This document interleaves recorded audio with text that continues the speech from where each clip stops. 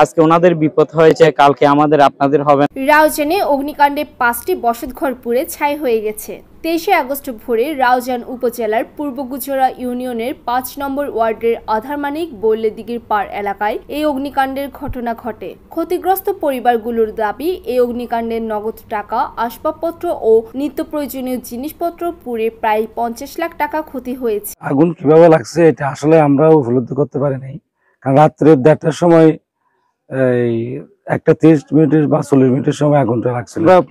পাঁচজন 5টি করে এখানে আগুনে জ্বলে গেছে। ওইখানে তারপরে 35 থেকে 40 লক্ষ টাকার মতো হবে। ওইখানে বিভিন্ন রকম আসবাবপত্র প্রথম আসছিল, আবার কিছুক্ষণের মধ্যে আমাদের রাউজান ফায়ার সার্ভিস আমাদের এসে সম্পূর্ণ এরা উদ্ধার করছে। ওনারা এসে আমাদেরকে সম্পূর্ণ উদ্ধার করে আমাদেরকে সাহায্য করছে।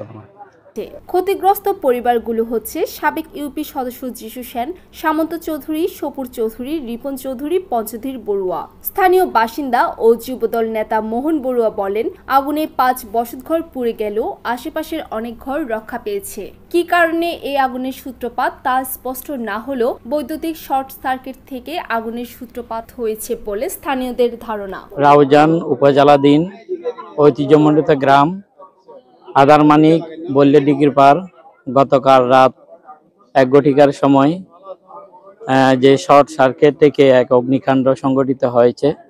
তো এখানে প্রায় 5টি পরিবার গতকালকে আগুন ধরে ঘরবাড়ি আগুনে সবকিছু এখানে ধ্বংস হয়ে গেছে।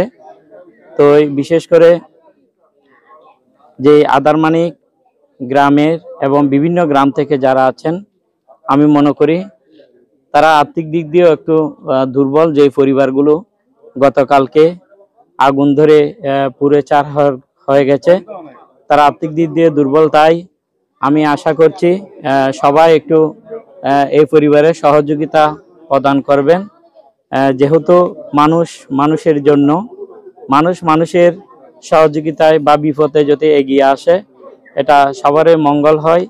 আজকে ওনাদের বিপদ হয়েছে, কালকে আমাদের আপনাদের হবে না, এটা কেউ গ্যারান্টি দিয়ে বলতে পারবে না।